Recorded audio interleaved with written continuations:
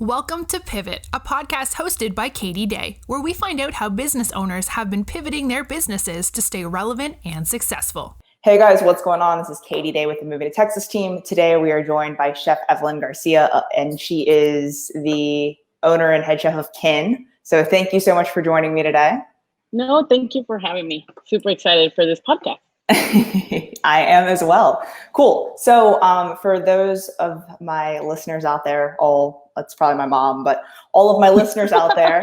And my mom. Yeah, okay, so we got two. That's great. That haven't heard of you before or haven't heard of Kin or whatever, I guess give us a quick bio. Yeah. So I'm Chef Evelyn.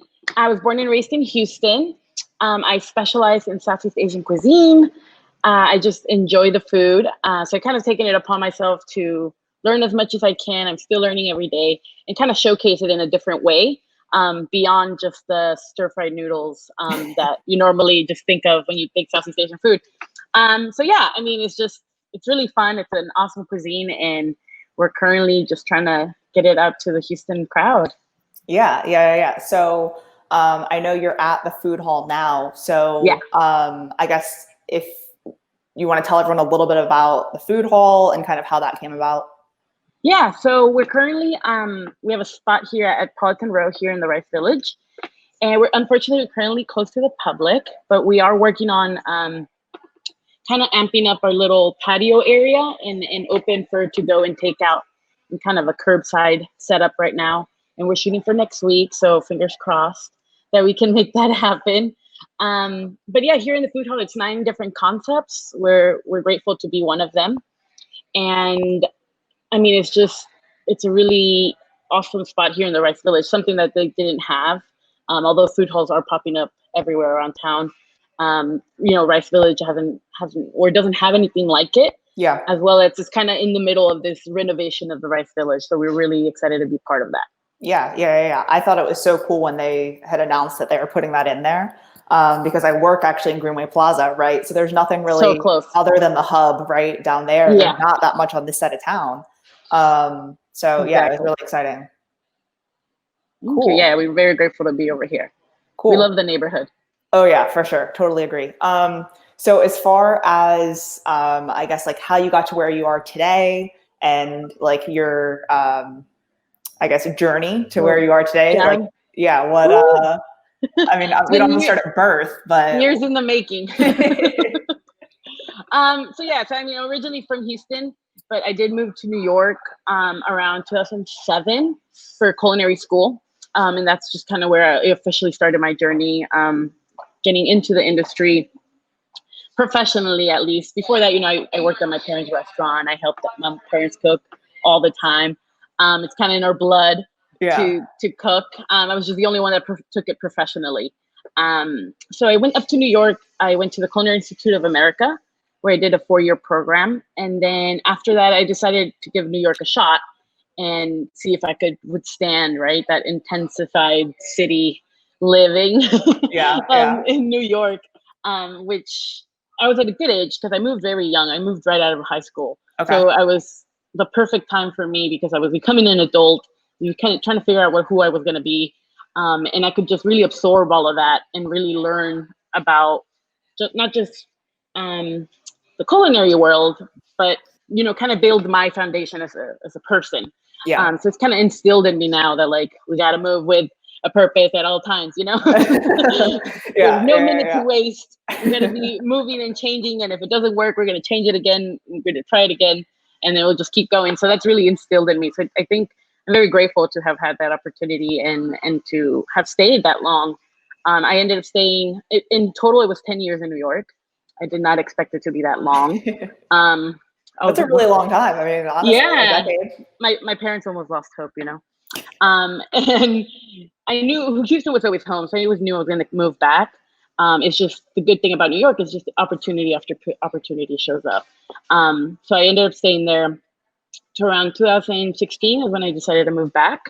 And I at that point, I really had more roughly a vision of what I had in mind to bring back home and had really understand the type of food that I wanted to create and showcase. between New York, I mean, I worked all in Southeast Asian restaurants. I was very Okay. like, I pinpointed that. Like, I really Yeah, wanted yeah, to yeah, learn as yeah. much as I could. So I stayed in those, in that cuisine, in those restaurants.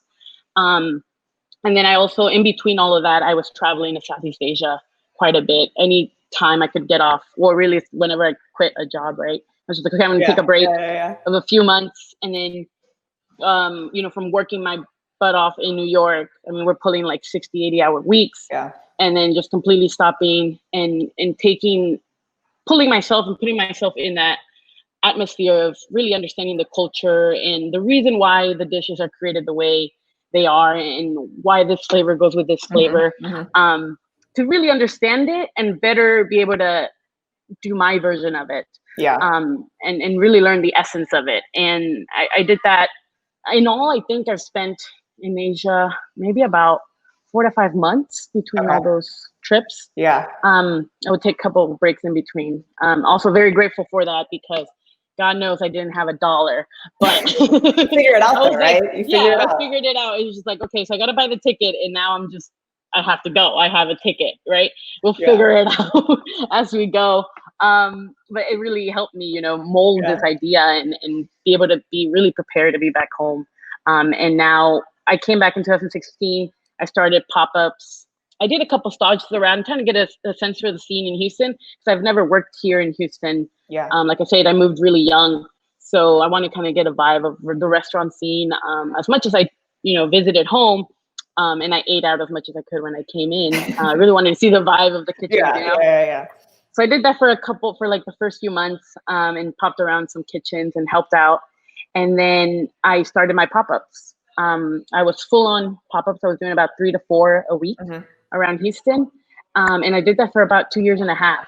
I really just went, I was just like, okay, no one knows who I am. Yeah. Got to put your I'm name just out gonna there. shove my food into people's faces, right? Yeah. I was just I'm like, all I'll be for at the it. bar, be at the farmers market, Yeah. any event, foodie event, I was gonna be part of it.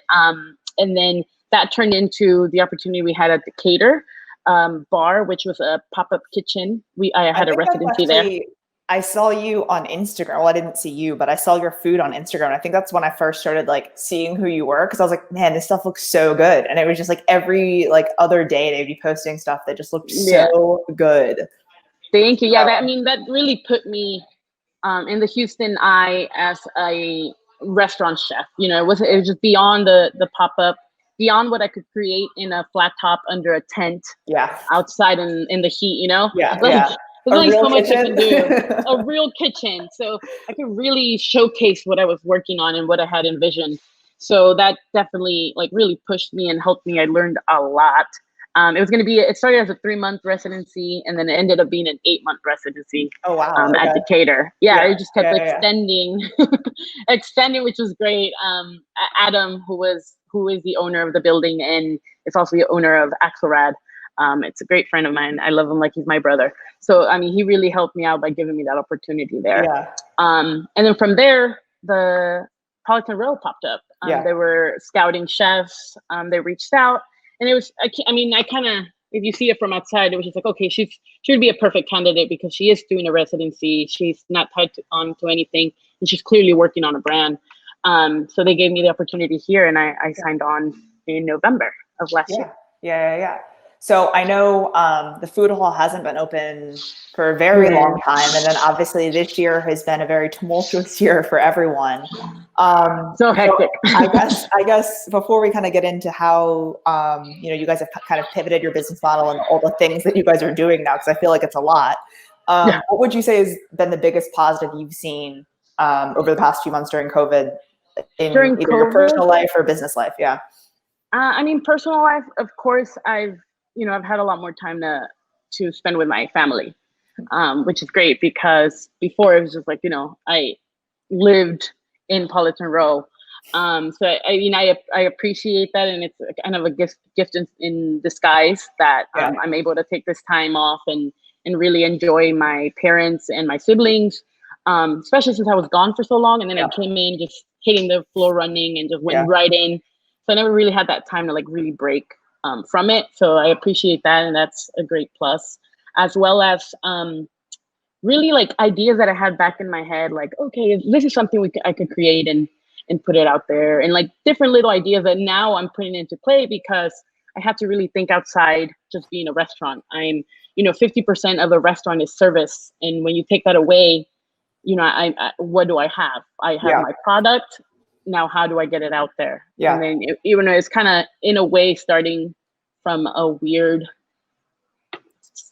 step one of some sort, whatever this is going to be or whatever this is going to turn into, and really step back and think about, what is my brand and what is it apart from a restaurant, since that is very hard and to kind of put together right now. Even the restaurants that are open, they're closing every other week, and then that's a lot of just work, and then not being able to know what it's going to turn into. So I kind of like step back and I accept that. I'm just like, okay, well, I can't do that right now. I can't just be a full-on restaurant. So let's create other things that we can and keep having our brand out there. Yeah. No, I mean, and I think that's something too that's difficult, like being in a building with, I guess, what would be 8 other restaurants, and 8 other concepts is like, if something happens at one of them, everyone would need to shut down, right? So that definitely makes it difficult. And kitchen. So one of the things, and I think the main reason why I wanted to host you on this is because I feel like you've done a fantastic job, like pivoting your business from, hey, here we're a restaurant serving people in person, to like, okay, what are we going to do? Like, let's figure it out, So I definitely wanted to touch on kind of all of the things that you're doing. Like, I think that the meal kits are a phenomenal idea because they're so popular from like the mail order places, right? But like, why not support our local people and restaurants and farms and everything. So that's been really cool. I guess with everything that's going on right now, what specific things have helped you or have you all done in order to remain relevant and successful, and continue to serve everyone? Yeah, for sure. Like I said earlier, really bringing to life small ideas that I had in mind. The meal kit actually started off because at the end of my stay in New York, I actually started with a startup. I worked with them for about a year, and they were a kind of a chef service. And we would have a main kitchen where we would just produce a lot of meals. Then we would train our chefs, which were kind of like short order cooks, to go into your house and finish off this meal, plate it for you within 30 minutes. And they would carry everything they would possibly need, bang it out in your kitchen, and then just be like, hey, chef cooked meal. Okay, bye. And then get on the subway and go on to the next house, right? Like very New York. Very New York. And it was a startup, right? So I was creating, helping with menu development. I was doing the training manuals. I was doing production, and retraining everyone into like, okay, so we are producing this, portioning it exactly to what the chef will need in the home, and then how do we produce it to the point where they can execute it within a 30-minute span. Which is, I mean, that's tough. That's tough. Yeah, it's crazy. So we're thinking like sous vide proteins, part-cooked rice, pre-cut vegetables. So all of that, I worked in that company for a year till unfortunately startups are very, they're not very for sure. So they're not very secure. So I had already turned in I was actually moving back to Houston. And then a few months before I moved back, they just shut down, which sucked. But I had all that experience of a year, within me running that whole kitchen. So when I started thinking about it, I was like, okay, so I can do kits. Like I did this for a year. Like, let's just turn my dishes into kits. Yeah. And I'll pack them up in the cooler and I'll go deliver around Houston. We'll start from somewhere. And then I kind of took it on to the next step, since I would leave it up to the customer to put together, creating recipe cards, creating labels, creating small Instagram videos for you to follow if you don't feel like reading the recipe card, and sourcing packaging materials and labels and all of this. So it was just like, okay, so let's just put this into play. We'll order all this stuff and then we'll see how it goes. And then it was really like, what do I have to lose, right? Like my restaurant's already closed, so it either works or it doesn't, and then we just change the idea and do something else. And thankfully, it has worked, and it has kept me going through this whole time. And then we just kind of added on all this stuff now as we go. Every week, I think I'm adding something new. Oh yeah, no, I'm like, every time I log on, I'm so excited to see new things, but then I'm just like, oh God, I'm going to spend so much money on this. Like there goes my entire weekend of eating out. Like it's all, you know, like I think the last time I ordered like the ramen kit, and then I was like, ooh, this curry looks good. But like, instead of just me having one, I need one for Ryan too. So I ordered 2, and then I'm like, oh, but this looks good. And I order like Thai chili, you know, just like, oh, and this looks good. So I'm like, I've just got to get off, like order and go, you know? So so like the big idea now within my website, what I've done the last change was kind of set it up as an online store with all my products. Right. Now we have a condiment line, we have heat and eat curries, we have like snacks like our peanuts, we have an ice cream line. We are now, we get most of our protein and eggs from Whitehurst. So now we're going to be carrying and selling their eggs as well. So now they're on our website. So you can get a dozen of eggs as well with your meal. So really, it's kind of like, in a way, it's turning into some sort of online store for Kin.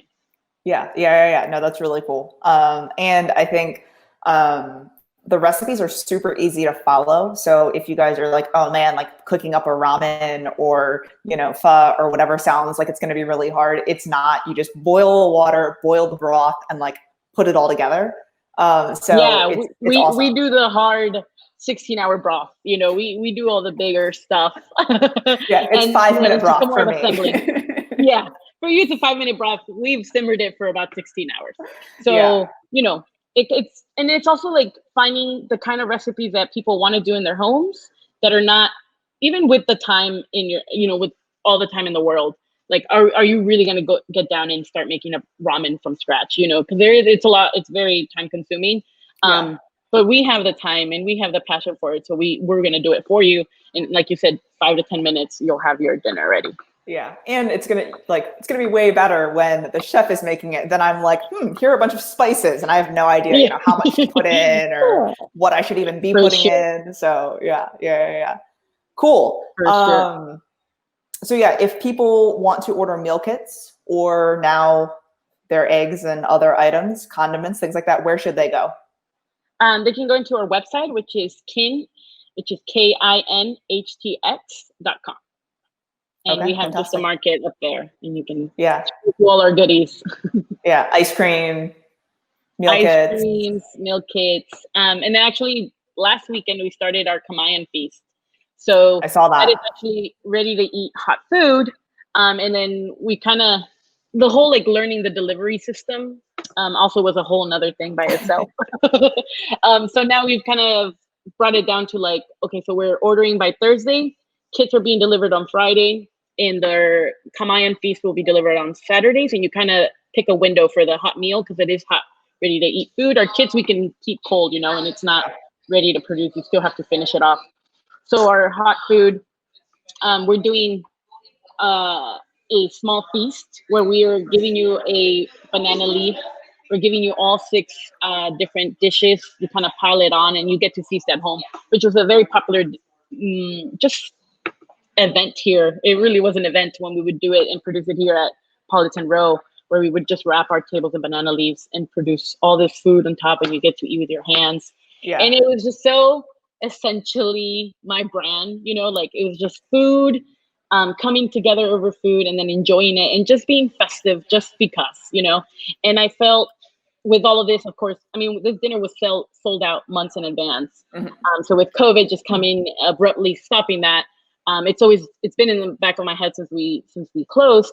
I'm like, how do I recreate this for our customer back home? Because even if all of this is going on, there's a reason to celebrate, and we're healthy and we're home.